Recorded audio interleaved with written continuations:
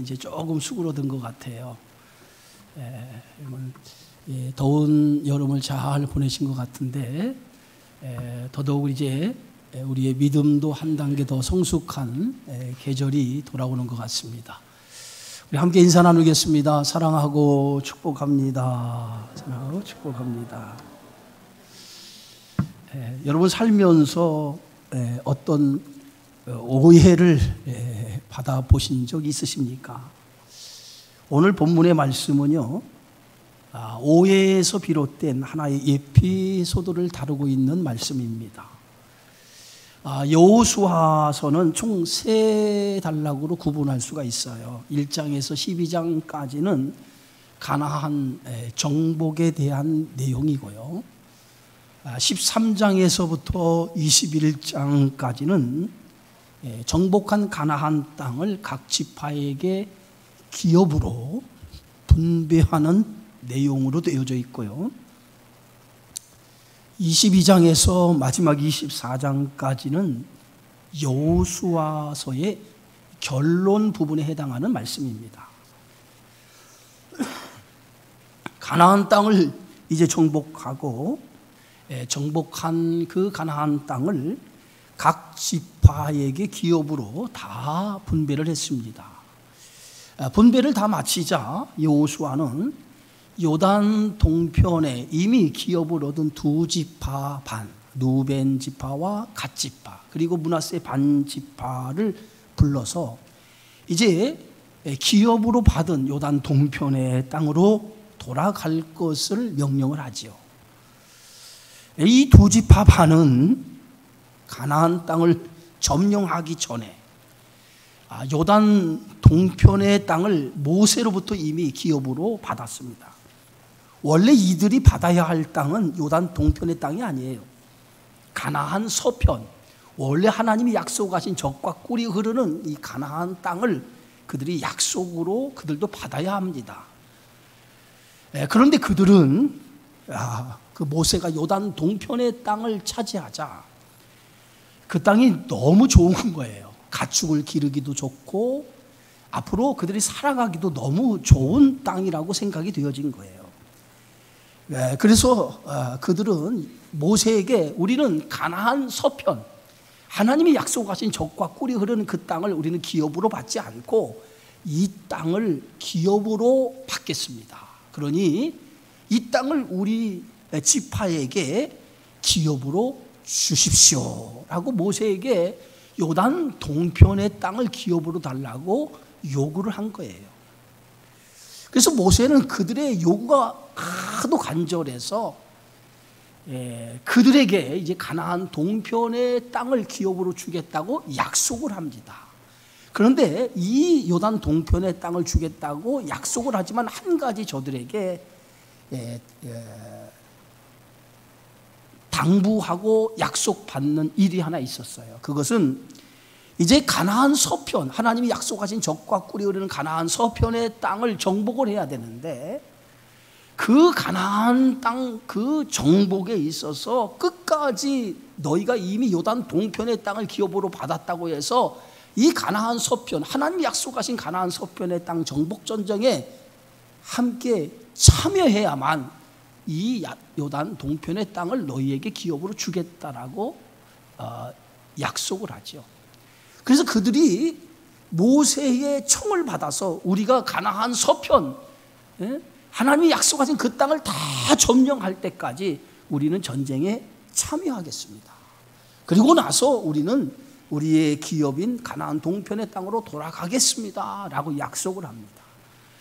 그래서 가나안 이 동편의 땅을 기업으로 받은 2지파, 루벤과 갓 지파, 므낫세 반 지파는 끝까지 가나안 서편, 하나님이 약속하신 젖과 꿀이는 그 땅을 점령하기까지 함께 정복 전쟁에 참여를 해요.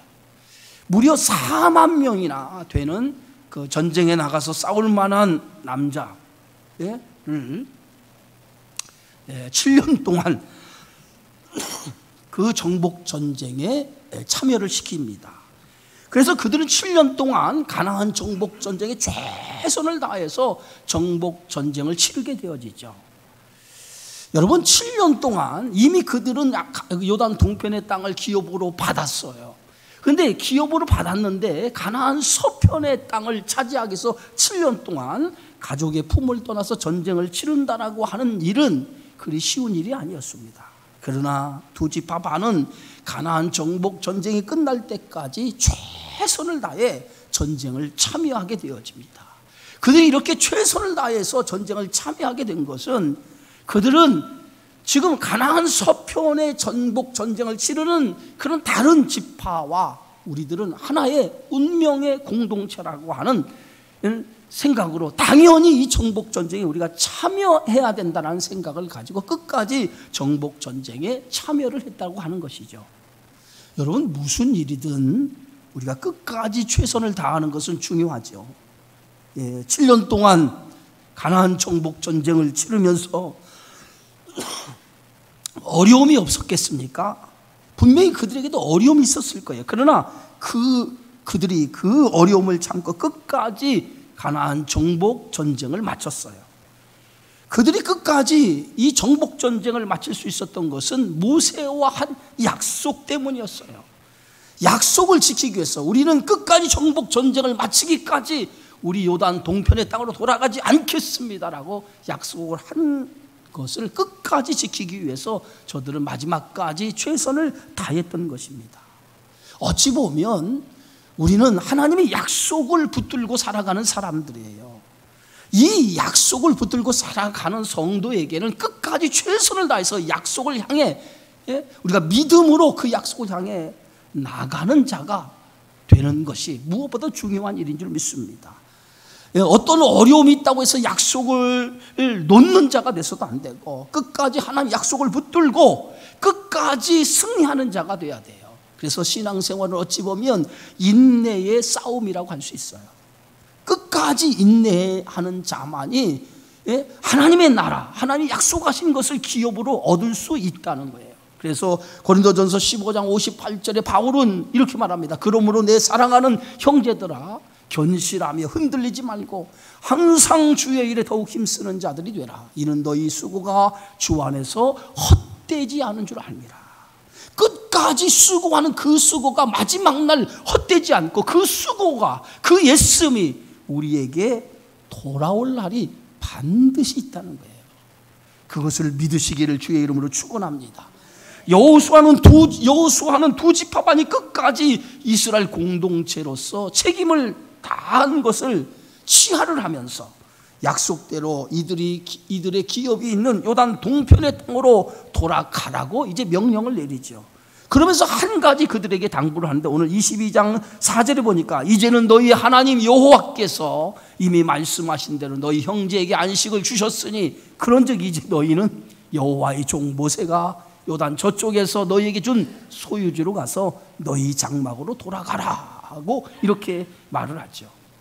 여호수아는 두 지파 반을 요단 동편의 땅을 돌려보내면서 한 가지 당부하는데 그 한 가지 당부가 오늘 22장 5절에 기록되어 있어요. 오직 여호와 하나님만을 사랑하고 그의 모든 길로 행하고 계명을 지켜 너희 마음을 다하고 성품을 다하여 하나님만을 섬길 것을 다짐하고 당부를 시킵니다.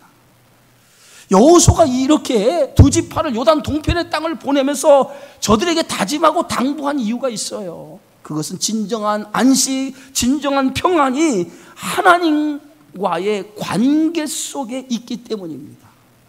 하나님과의 바른 관계를 유지할 때 그 안에서 참된 평안이 있고 참된 안식이 있다고 하는 것을 여호수아는 많은 인생의 경험을 통해서 수많은 전쟁을 통해서 경험을 얻었어요. 그래서 하나님과 바른 관계를 갖게 될 때 거기에 평안과 안식이 있다는 거예요. 그래서 오늘 그들이 요단 동편의 땅을 돌려보내면서 참된 안식, 참된 평안을 누리기 위해서는 하나님과의 바른 관계를 가지고 살아갈 것을 당부하고 있는 걸 볼 수 있어요.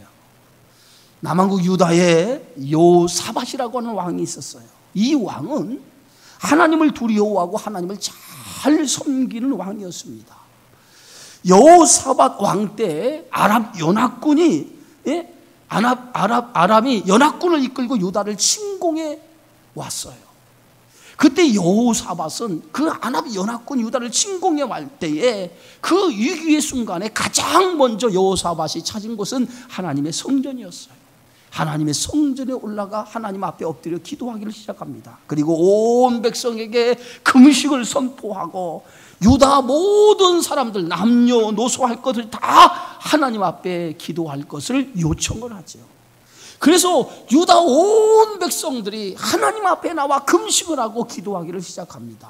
그때에 오늘 네이 사람 아이시엘이라고 하는 제사장에게 하나님의 영이 임하여 하나님의 영이 임해서 아이시엘에게 하나님의 응답을 전해줘요. 근데 그 응답의 말씀이 어떤 말씀이냐면 두려워하지 말라는 거예요. 놀라지 말라는 거예요. 이 전쟁은 너희에게 속한 것이 아니라 하나님께 속한 전쟁이라고 하는 응답을 받게 되어져요. 그것이 역대하 20장 15절의 말씀입니다. 오늘 함께 읽어볼까요?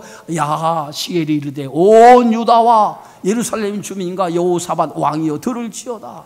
여호와께서 이같이 너희에게 말씀하시기를 너희는 이 큰 무리로 말미암아 두려워하거나 놀라지 말라. 이 전쟁은 너희에게 속한 것이 아니요 하나님께 속한 것이니라.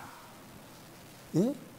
전쟁, 오늘 아람 연합군과의 전쟁은 오늘 유다가 치르는 전쟁이 아니라 하나님이 치르는 전쟁이라는 거예요. 그것을 야시엘이라고 하는 제사장에게 하나님께서 응답을 하셨어요. 여러분, 이 하나님의 응답하심처럼 전쟁의 결과가 어떻게 끝냈냐? 아랍 연합군을 하나님께서 물리쳐 주었어요. 그래서 전쟁의 승리를 가져오고 그때부터 여호사밧 시대에 태평성대를 이루게 되어졌어요. 그런데 이 태평성대를 이루는 그 시대를 누가 주었느냐?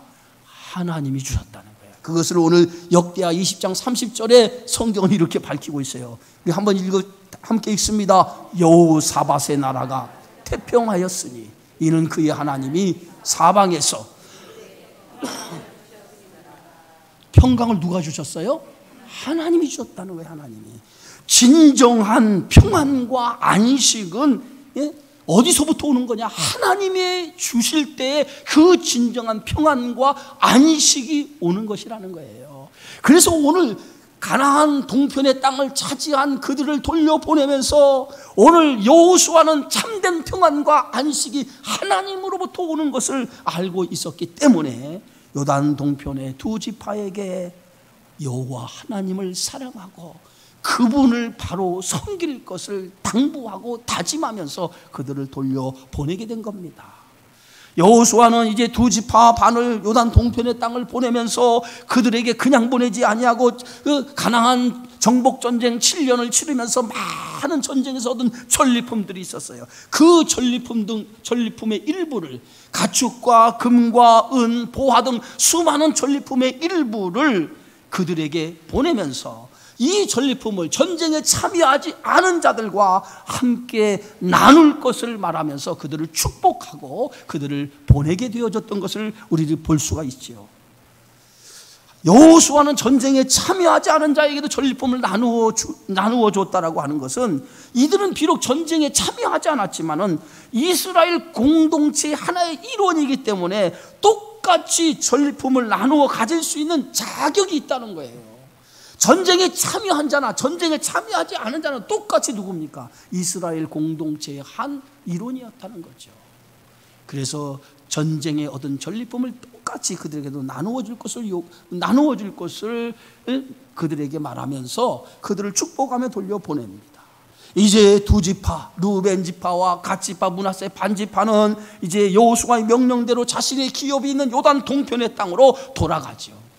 그런데 돌아가다가 요단가에, 요단강을 건너는 요단가에 이르게 되어질 때에 그들이 그곳에서 한 제단을 쌓기 시작을 합니다. 얼마나 제단을 크게 쌓았는지 멀리서도 제단이 보일 정도로 큰 제단을 요단가에 쌓은 거예요.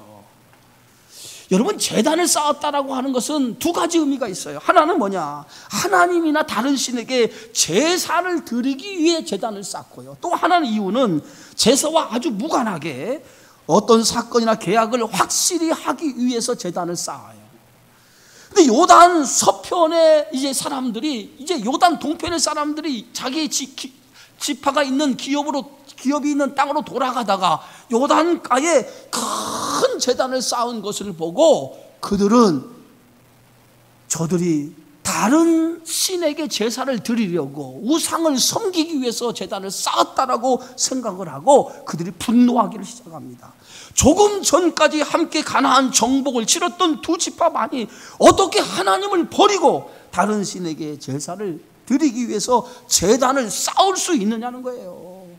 지금까지 하나님을 섬기면서 7년 동안 가나안 정복을 함께 치렀는데 어떻게 저들이 제단을 쌓아서 다른 신에게 제사를 드리기 위해서 제단을 쌓았느냐라고 그들이 그렇게 생각을 한 거예요. 그래서 그들이 분노하기 시작합니다. 그래서 그들이 성소에 실로가 있는 성소에 모여서 두 지파 반이 어떻게 하나님을 버리고 우상을 섬기는 제단을 만들 수 있느냐라고 그들이 생각을 하면서 가나안 동편의 지파들과 전쟁을 치르기로 선포를 하죠.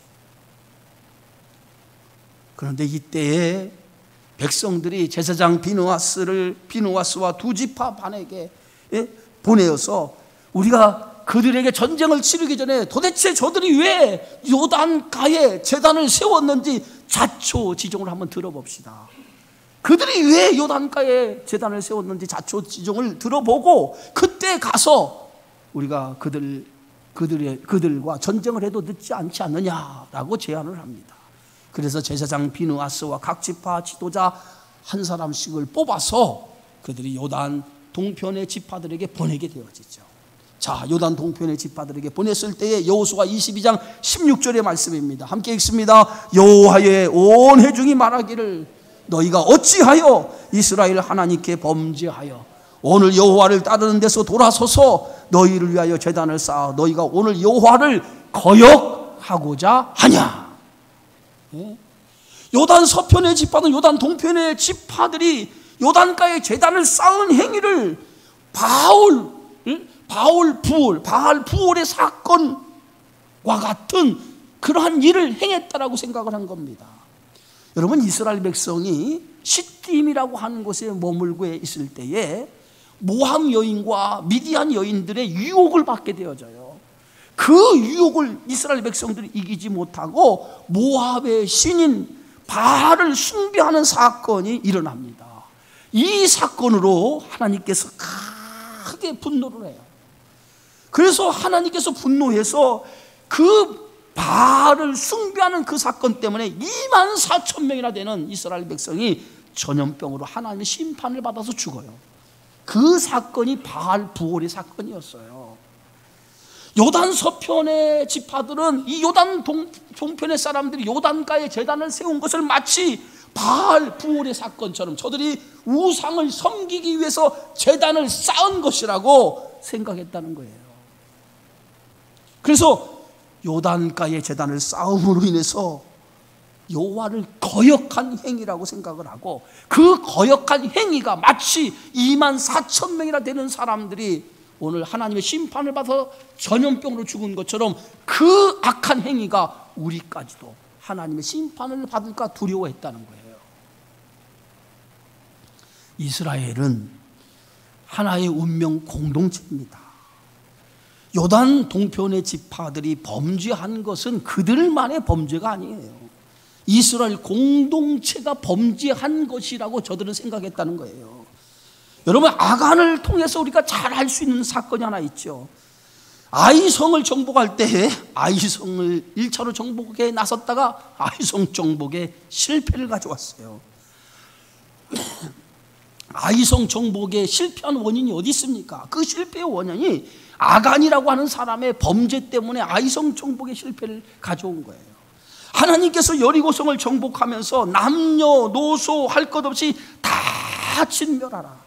그리고 그 성 안에 있는 모든 것을 다 하나님 앞에 바치라고 하나님께서 명령을 내렸어요. 그런데 전쟁은 승리했지만은 아간이라고 하는 사람이 하나님의 명령을 어기고 전리품 가운데 일부를 착복하는 일이 일어났어요. 그 이후에 아이성 정복에 나섰다가 그 전쟁에서 실패하죠. 그리고 3,000명이나 되는 사람이 아이성 정복에서 희생을 당해요. 한 사람의 폭력으로 말미암아 예매한 사람 3,000명이 아이성 정복을 나섰다가 희생을 당한 거예요. 여러분, 아간이 범죄했으니까 아간 한 사람만 심판하면 되지 왜 이스라엘 공동체 전체가 그 피해가 돌아가냐라고 할 수 있어요. 그러나 하나님은 아간 한 사람의 범죄를 아간 한 사람의 범죄로 보지 않고 이스라엘 공동체의 범죄로 보았다는 거예요. 왜냐하면 이스라엘 백성은 한 몸 하나의 지체요 운명 공동체라고 하나님이 생각했기 때문에 한 사람의 범죄가 아니라 이스라엘 전체가 범죄한 것으로 하나님이 보았기 때문에 그 범죄로 인해서 3,000명의 하나님의 심판을 받게 되어진 거예요. 바울은 교회론을 말하면서 우리 성도 한 사람 한 사람이 그리스도의 몸이라, 그리스도의 지체라고 얘기합니다. 그 말은 어떤 말입니까? 우리 모든 성도들이 그리스도와 함께하는 운명의 공동체라는 거예요. 어찌 보면 우리는 모두가 그리스도의 한 몸을 이루고 있는 지체라는 거예요. 그것이 바로 바울이 말하는 교회론입니다. 초대교인들을 부를 때 세상 사람들이 초대교인을 어떻게 불렀습니까? 그리스도인이라고 불렀어요. 그리스도인이라고 하는 말이 뭐예요? 예수쟁이라는 거예요. 예수쟁이.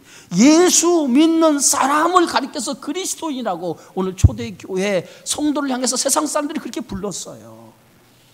그리스도인이라고 하는 말은 어디로 가든지 예수를 믿는 사람을 다 뭐라고 하냐? 그리스도인, 예수쟁이라고 합니다. 그 말의 뜻이 뭡니까? 그리스도와 연합을 이루는 사람, 그리스도와 한 몸을 이루는 사람이라고 하는 뜻이에요. 예?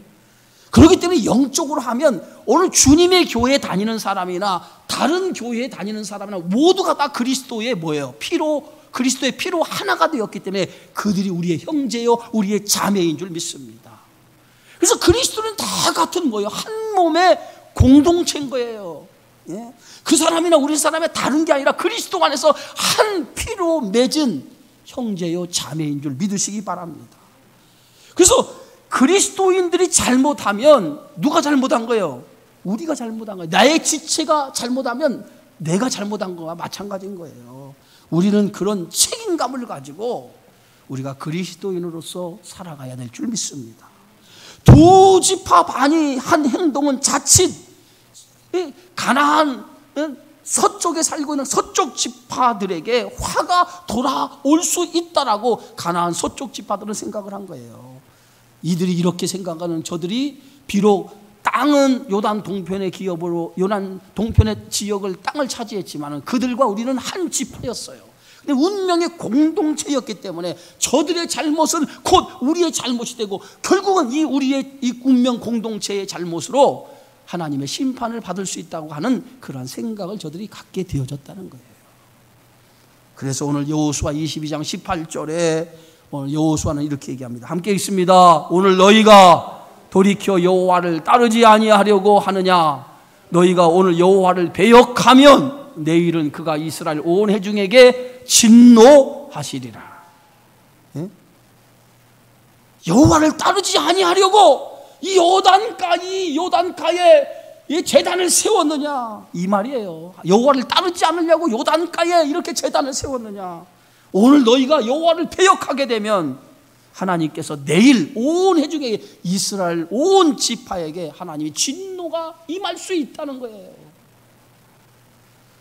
두 지파 반이 요단 서편의 사람들의 말을 듣고 대답을 하죠. 자신들이 요단 서편 이 요단가에 제단을 쌓은 것은 다른 신을 섬기기 위한 제단이 아니라고 그들이 말합니다.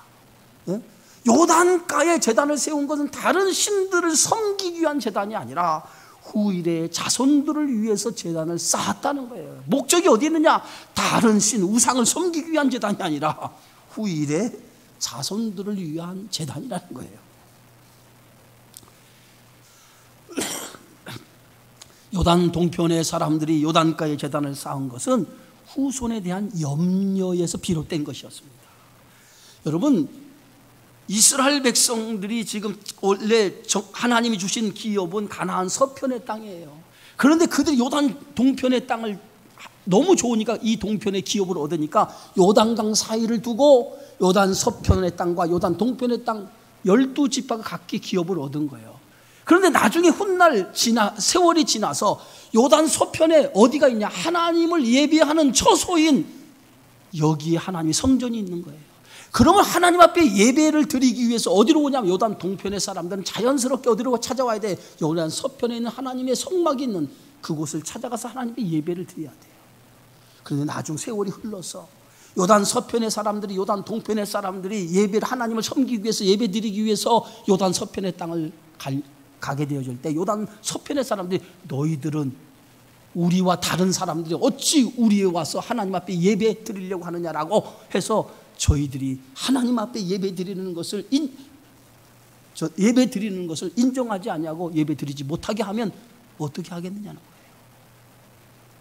그래서 요단가에 이 제단을 쌓은 것은 너희와 우리가 영원히 하나의 운명 공동체, 하나님의 백성임을 증명하기 위한 단으로, 하나의 표식으로 여기에 제단을 쌓았다는 거예요. 그런 의미에서 제단을 쌓았다는 거예요. 요단 동편의 지파들이 요단가에 제단을 세운 이유는 단 하나였습니다. 너희와 우리가 후대의 한 형제였음을 알리기 위한 표식으로 여기에 제단을 쌓았다는 거예요. 비느하스와 각 지파 대표들은 요단 동편의 지파들의 말을 듣고 그제서야 그들이 오해했던 것이 풀려진 거예요. 그들이 한 행위가 선한 행위에서 비롯된 행위였다라고 하는 것을 그제서야 알게 되어졌습니다. 자칫 잘못하면 오해 때문에 형제간의 큰 전쟁으로 발전될 수 있었는데 그 위기가 대화를 통해서 그 진위를 확인해서 형제가 전쟁이 일어나지 않고 오히려 더 하나님을 섬기기 위해서 제단을 쌓았다는 것을 알고 그들의 오해가 풀어진 거예요. 여러분, 이러한 오해와 갈등은 공동체 안에서도 많이 일어나요. 사소한 오해 때문에 공동체 안에서 큰 분란이 일어날 때가 있어요. 그래서 오늘 이 본문의 말씀에서 우리에게 주는 게 뭐냐? 공동체 안에 사소한 오해 때문에 갈등이 생겨 그 갈등으로 인해서 공동체가 분열되는 그러한 일이 일어나는데, 우리가 공동체 안에서 무슨 일이 일어나게 되어질 때에 우리는 먼저 그 공동체 안에 일어나는 그 일들에 대해서 신중하게 생각할 필요가 있다는 거예요. 나의 주관적인 판단을 가지고 상대방을 정죄하거나 판단하기 이전에 신중하게 생각을 하고 신중하게 접근해서 공동체가 분열되지 않는 방법을 찾는 것이 첫 번째 방법이라는 거예요. 주님을 위한다는 명분을 내세워 때로는 우리가 자칫 하나님을 근심하게 할 때가 있어요. 사도 바울은 한때 유대교의 열심을 가진 사람이었어요. 그 열심은, 사도 바울은 나는 하나님을 위해서 열심히 한다고 생각을 했습니다. 그러나 그 열심은 하나님을 위한 열심이 아니었어요. 자기 자신을 위한 열심이었어요. 나중 바울은 자기 자신이 얼마나 어리석은 일을 행했는지 자기 행동에 대해서 후회하기를 시작을 하죠. 열심은 대단히 중요합니다. 그러나 그 열심이 누구를 위한 열심인가를 한번 돌아봐야 돼요. 예? 정말 하나님을 위한 열심인지 아니면 나를 위한 열심인지. 예? 나를 위해서 열심히 해놓고 하나님을 위한 열심이라고 포장해서는 안 된다는 거예요. 교회 안에서 열심히 일하는 건 좋아요. 그러나 그 열심이 나를 위한 열심이 돼서는 안 되고 하나님을 위한 열심이 돼야 될 줄 믿습니다. 요단 동편의 두 지파반이 요단가에 제단을 세우기 전에 요단 서편의 사람들에게 먼저 이 사실을 알리고 행하였으면 이런 오해와 갈등이 생기지 않았을 거예요. 그러나 오해 때문에 이스라엘 공동체가 분열이 될 수 있는 상황 속에서 서로가 신뢰했기 때문에 대화를 통해서 이 오해와 갈등을 풀어갈 수 있었다는 거예요. 그래서 결국은 모든 오해가 풀렸어요. 요단 동편과 서편의 사람들은 그 오해가 풀어지고 나서 너희와 우리가 한 형제임을 확인하고 돌아갑니다. 그리고 요단가에 세운 제단을 옅이라 불렀어요. 예시라 불렀다고 성경 기록하고 있어요. 그것이 여호수아 22장 34절의 말씀입니다. 함께 읽습니다. 루벤 자손과 갓 자손이 그 제단을 예시라 불렀으니 우리 사이에 이 제단은 여호와께서 하나님이 되시는 증거라. 이 제단이 너희와 우리가 요단 서편의 지파와 요단 동편의 지파가 하나의 형제됨을 확인하는 그러한 증거가 되는 제단이라 라고 하는 의미에서 예시라 불렀다는 거예요. 사랑하는 성도 여러분, 신앙 공동체라고 해서 오해와 갈등이 없는 거 아니에요. 우리가 믿음 생활하면서 교회 안에서 서로가 형제라고 해서 오해와 갈등이 없는 거 아니에요. 오해와 갈등은 항상 사람이 모인 곳에서는 존재합니다. 그러나 그 오해와 갈등이 일어날 때 그것을 어떻게 해결하느냐가 참 중요한 문제예요. 세상 사람들은 오해와 갈등이 생길 때 세상적인 방법으로 해결하지만 우리는 그런 방법으로 해결하기보다는 한 차원 더 높은 방법으로 이 문제를 해결해야 돼요. 그래서 오해와 갈등이 생길 때 제일 중요한 것은 성도를 서로 신뢰하는 것이 중요해요.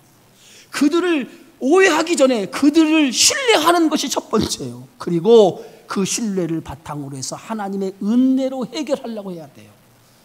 무작정 싸우고 다투는 일로 시작할 것이 아니라 하나님의 은혜로 해결해야 돼요. 오늘 그 은혜의 방법이 뭐예요?